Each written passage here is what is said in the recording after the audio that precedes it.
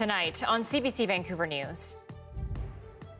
Going to keep talking to whoever wants to listen and try to change this. I'm either going to blacklist myself or I'm going to get the help I need. The desperation hits for thousands of people waiting as BC's surgical crisis deepens. Also, a look at the long-awaited sex assault trial for Headley frontman Jacob Hoggard. We'd read in the paper that there were people missing flights, and so we came 6 hours early. Long lines and plenty of frustration. Canadians hit with travel delays and the blame game that's following suit. This is CBC Vancouver News.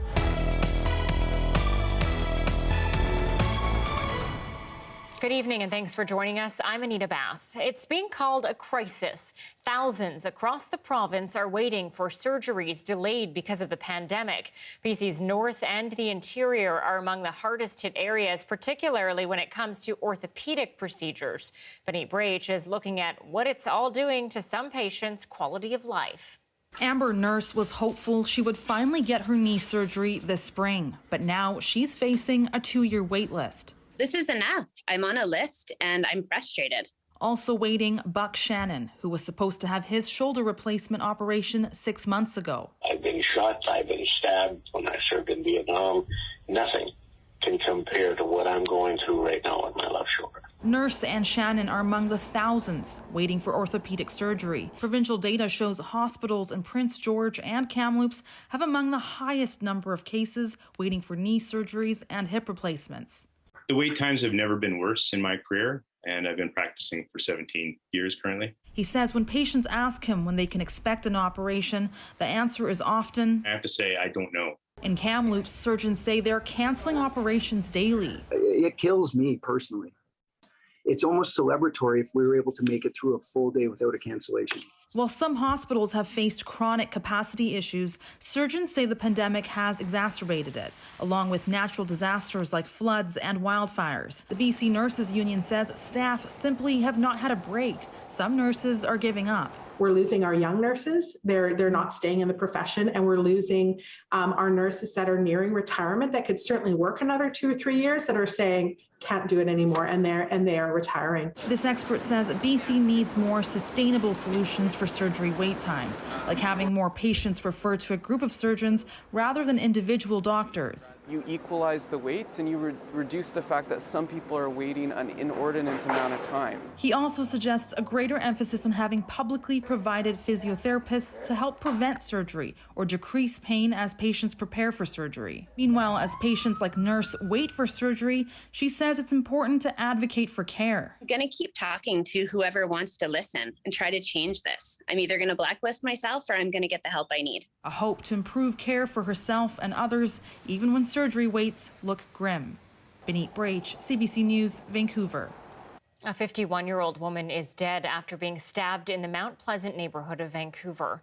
A man has been arrested and police believe the suspect and victim knew each other.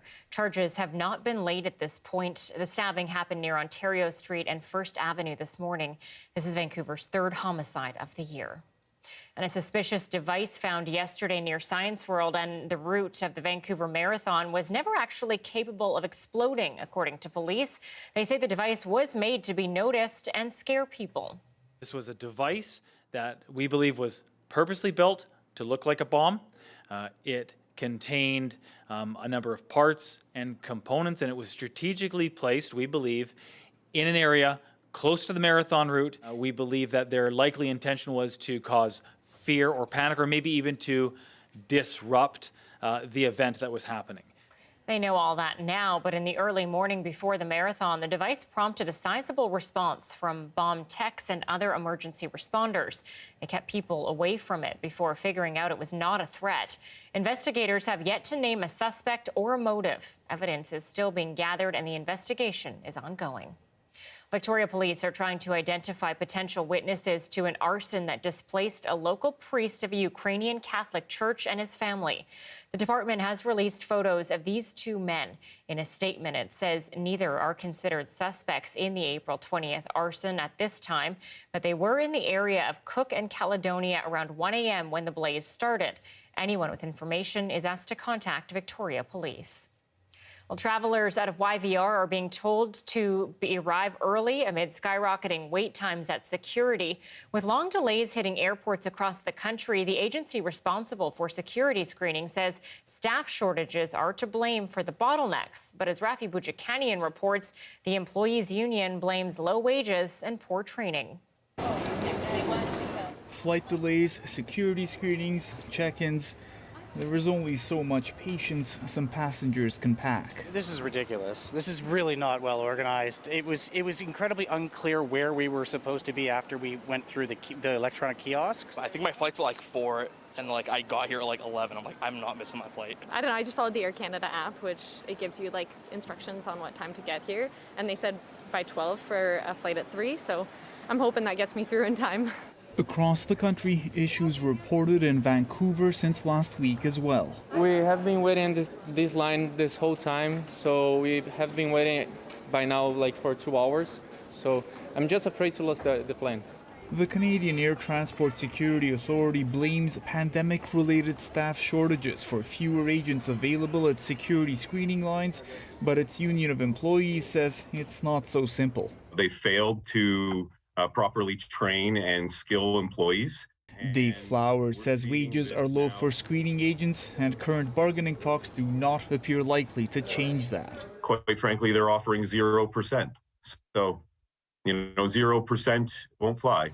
Something the government wouldn't comment on, as CATSA is an independent crown corporation. But Ottawa says relief is coming eventually. Weeks to get back to full level of service that is needed. Yep. But the infusion of resources is happening immediately. Now, are we going to see elimination of lineups immediately? I'll be honest with you, I don't think so. In the meantime, CATSA says get to the airport 2 to 3 hours before your flight. Rafi Bujikanian, CBC News, Ottawa. The sexual assault trial for the lead singer of the band Headley started today in Toronto. As Deanna Sumanak-Johnson reports, Jacob Hoggard, who is from the Fraser Valley here in BC, is charged with alleged crimes involving a woman and a teenager from 2016. The sexual assault trial of the Canadian rock star Jacob Hoggard had been postponed several times for several years now, actually, because of the COVID-19 pandemic, but people waiting for those opening statements by both the Crown prosecutors as well as Hoggard's defense team are going to have to wait a little while longer. We're still in the jury selection phase of this trial. That jury selection is now going to be taking place on Wednesday. What we're talking about, up until the year 2018, Jacob Hoggard was best known as the front man of the band Headley. They were Juno winners. He hosted the Junos himself. And then in 2018, a bombshell. The Toronto police had said that 2 women had pressed criminal charges against Hoggard relating to 2 alleged incidents of sexual assault dating back to 2016. One of the women was an adult and the other accuser was a teenager at the time. Hoggard pleaded not guilty when he was charged and arrested in 2018. And in 2019, he requested a trial by jury rather than by a judge. And then, of course, the pandemic happened and many trials by jury were postponed, which brings us to today. And certainly in the weeks to come, the public, Jacob Hoggard's fans, and many survivors of sexual assault are all going to be keeping a close eye on what happens to this trial in this post-Me Too era. The trial is expected to wrap up sometime in early June. Deanna Sumanak-Johnson, CBC News, Toronto. Well, it's new and historic legislation aimed at trying to dismantle systemic racism and discrimination in this province. The law will allow for the collection of race-based data. And as Belpuri reports, that is set to begin this fall. Mr. Speaker, it is my great honor to introduce the Anti-Racism Data Act. With that, BC becomes the first jurisdiction in North America to introduce a way to identify gaps in government programs and services. The Anti-Racism Data Act is designed to better meet the needs of Indigenous, Black and racialized British Columbians. It is clear that racism is very much alive in British Columbia. This is a province shaped by diversity, with people from all over the world choosing to come here and build a better life. Yet too many people are held back by systemic racism and colonial biases. The bill allows government agencies to ask people about race, ethnicity, gender, faith, sexuality, ability, and income. If people choose to answer, the data will be used to measure systemic racism in areas like education, housing, and the justice system. The provincial government has been under particular pressure since a fall 2020 report found widespread systemic racism against Indigenous people in BC's healthcare system. This is a first step in a long journey. The anti-racism legislation is based on feedback from 13,000 BC residents, including BIPOC communities. I hope to see improved access to services and closing the gaps and barriers for all BIPOC people. Obviously, we need to build confidence in racialized communities that this is real. And the way you do that is by, as Parliamentary Secretary Singh and her team did, is engage with those racialized communities, to engage with First Nations, and to bring them forward to create the act. The public will first encounter the new data collection in a BC census next November. The results will be released in June of next year. Val Puri, CBC News, Vancouver. BC Liberal leader Kevin Falcon has won the legislature's seat in Vancouver-Kilchenna. 5 candidates competed for the seat left vacant by former BC Liberal leader Andrew Wilkinson. Falcon won by a landslide with almost 60% of the votes. Speaking to CBC's Early Edition this morning, Falcon says one of his goals is to fix the family doctor crisis in BC. We've reverted under this government, and look, we're not perfect. We were making progress, but we did not get to the final destination. I want to acknowledge that. But unfortunately, what's happened now, and what I'm hearing from all my friends who are doctors and the doctors I speak to traveling the province, are that what has gotten dramatically worse is just the bureaucracy and the red tape that's involved in being a family physician today is getting so frustrating that we're having physicians just walk away from it and say it's not worth it. It's not worth the headaches and the stress. Elections BC says it is the first provincial by-election to use new technology that allowed results to be reported faster. Falcon will likely start his job as MLA after May 9th, once results are finalized and made official. BC's public safety minister is reassuring Lytton residents today amid concerns over the slow pace of construction. Mike Farnworth says the rebuild is in full swing, but he admits a few issues are causing delays. 1, its location.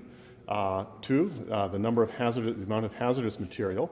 After the atmospheric river, there's very significant load restrictions in terms of removal of the material to where it needs to go. So we're doing our bit. BC has allotted $18.4 million to cover debris removal, archaeological work, and soil remediation for the uninsured. Farnworth says debris removal is close to finish, and now they're continuing to work on uninsured homes. The process started 250 days after the devastating fire forced residents to get out of town quickly. The next phase is not expected until the fall.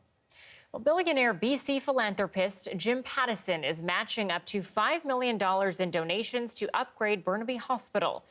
The Burnaby Hospital Foundation says Pattison's involvement will help transform the facility into a, quote, modern healthcare campus.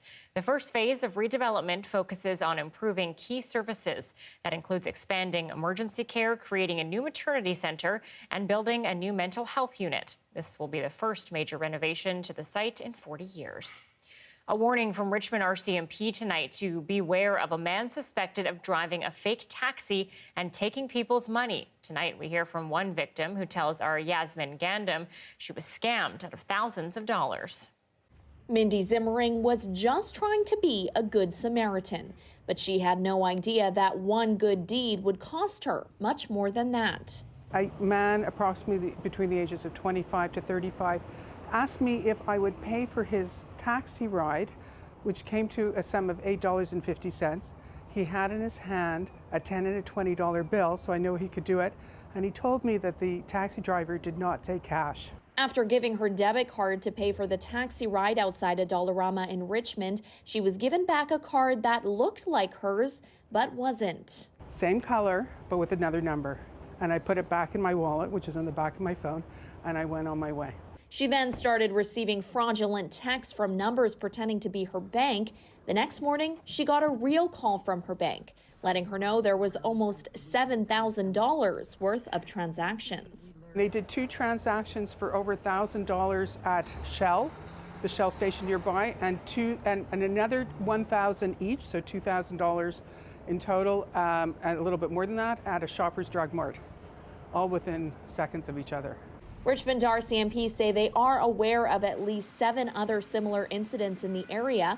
They're advising the public to notify them of any fraudulent encounters. Whenever we see something new or a potential trend happening where the public is being victimized, we want to get that out there because prevention is huge. For now, Mindy is waiting on reimbursements from her bank, but is warning people to be careful, to watch out for red flags. The actual conversation took place right here.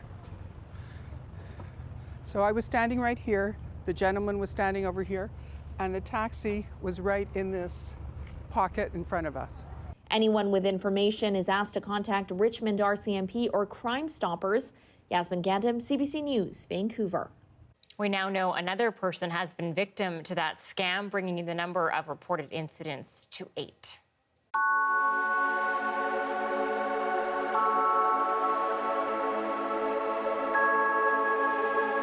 Soaring inflation is taking a bite out of the bottom line for many BC businesses, especially restaurants. For pizza shops that sell by the slice, it's a competitive market. The CBC's Rafferty Baker spoke with some owners about the shrinking piece of the pie. The pineapple is particularly bad right now. Glenn Deck has been selling slices in Vancouver since the late 90s. He says his pineapples have more than doubled in cost in the last year. You know, my tomatoes for the sauce, they've gone up. I was paying $32 a case. Now I'm paying $43 a case. When he opened Pizza 2001 on Dunsmuir Street downtown, it was a different story. Everybody had to come down to $1 a slice to compete. And there were a lot of pizza shops. There was like a pizza shop on every block, it seemed like, at the time. You could get a 93-cent slice for a loonie after tax. He had a competitor right next door, constantly keeping him on his toes. It's long gone now, and Pizza 2001 is one of the last survivors from that era. It was a lot of fun. We were really busy. It was definitely a different time. During the pandemic, Deck stayed open, but downtown emptied, and he lost about 80% of his business. He laid off his staff, and he and his wife have been keeping the shop open all by themselves.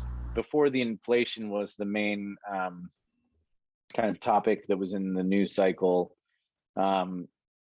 we internally as a restaurant industry were all grappling with labor. Business has started coming back, but the price of ingredients and supplies is skyrocketing. Deck says his flour is up 30% in the last year. Cheese is up 6%. Absolutely everything. I mean, you know, napkins, paper plates, produce, you know, everything I buy. There's nothing you can do but really just raise your prices incrementally and hope that it doesn't affect business. Deck says since the dollar slices, he's had to inch his prices up every 2 or 3 years. In the past year alone, he's had to do 2 price hikes. His cheapest slices are now $3.50. It's difficult. There's so much uncertainty right now. I can't tell you. I can't tell you what's going to happen to the business in a year. Deck was on a 5-year retirement plan before the pandemic, but that's no longer possible. I just keep looking and seeing my retirement getting farther and farther and farther away. You know? But in the meantime, people are still hungry for pizza, and Glenn Deck is still happy to dish it out. Rafferty Baker, CBC News, Vancouver. Today, Muslims in British Columbia and around the world are observing Eid al-Fitr, marking the end of Ramadan. Thousands gathered at BC Place, the first time in 2 years they've been allowed to do that. And as John Hernandez reports, it's a face-to-face celebration that community members say they aren't taking for granted. A prayer that has not echoed in this stadium for 2 years, as thousands kneel after a long journey of spiritual reflection. Eid al-Fitr is one of 2 major holidays, religious holidays for the Muslim nation. and it is widely celebrated around the world, small or big. This marks the biggest al-Fitr celebration in BC, the holiday representing the end of the holy month of Ramadan. It is really kind of like the prize, it's the reward. You finish 30 days of fasting where you hope that you have achieved, closeness to God, and then that you're about to start a new page. And then this is just the culmination of that. It's a day to celebrate with friends and family, but this year's festivities have taken on an even greater meaning. It's the first time a celebration of this scale has been held since before the pandemic. I live here by myself and my parents are abroad. It was really challenging, especially last year and the year before that. Amal Usmani says he spent the last 2 holidays at home alone. We just followed the order and stayed at home by ourselves. We used the internet in order to say happy Eid or congratulations Eid to our family, friends. With many practicing remotely over the past 2 years, organizers say demand for in-person celebrations like this have soared. It's the busiest this event has ever been, with more than 7,000 attendees, while other mosques across the province saw bigger crowds than usual. Really, what goes in my mind is appreciating those moments. Because we have been deprived from them for 2 years, right now it means even more than it used to before. The importance of being together not lost on the youth. It's amazing, and COVID has taught us like a lesson, how much we take this for granted, like the others have said. It's something else from everything we've ever experienced. It's really just a blessing, because if you look out, there's so much people, and we've never expected this much people.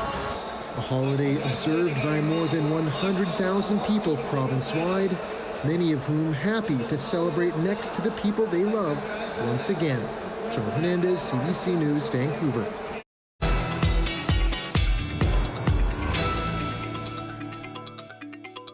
Members of a Manitoba First Nation say they're overwhelmed by the worst flood season they've seen in decades.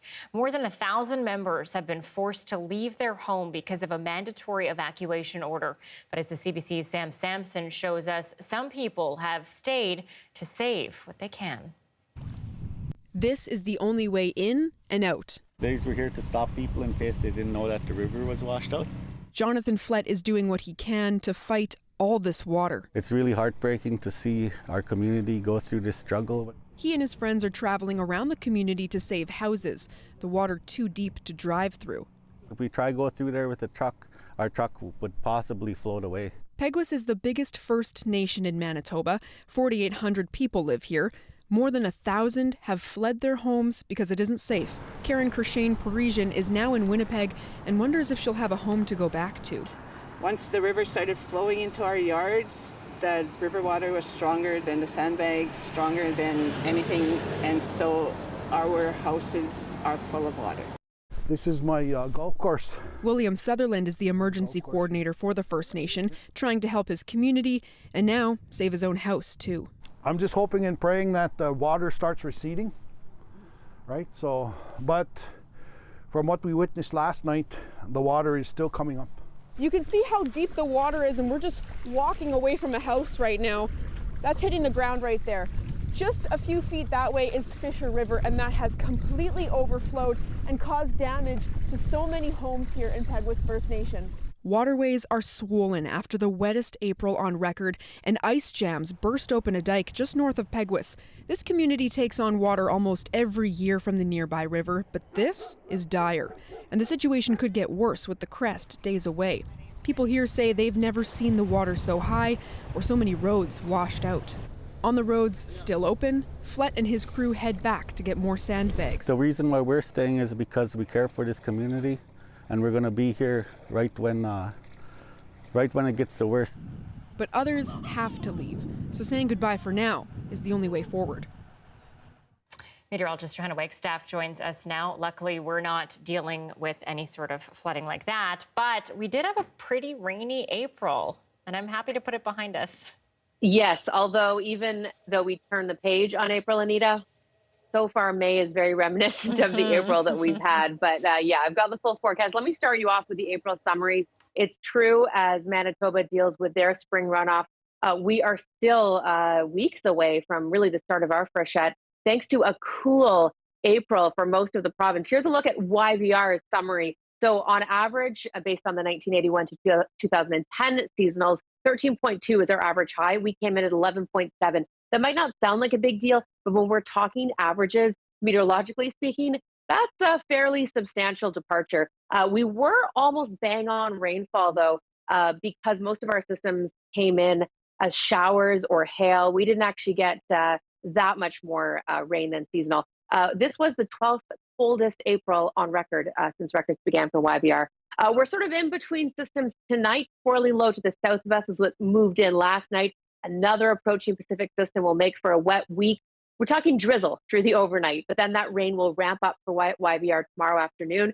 A general 5 to 10 millimeters.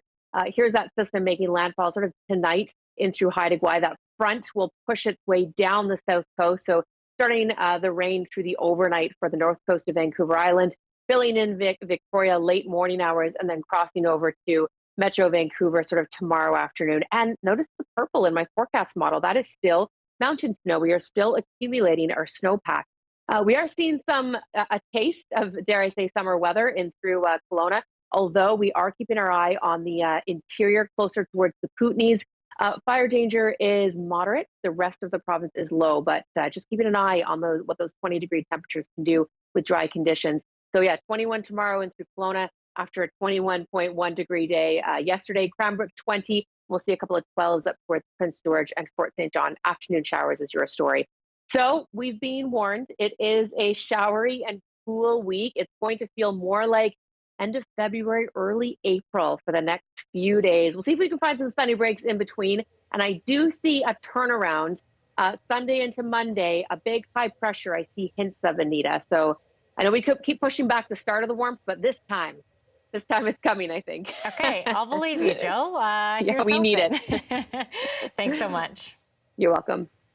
And thank you for watching CBC Vancouver News tonight. That's it for our show. I just want to remind you we are only online this week at 6 p.m. every night, YouTube, Facebook, and CBC Gem because of hockey playoffs. We'll see you tomorrow.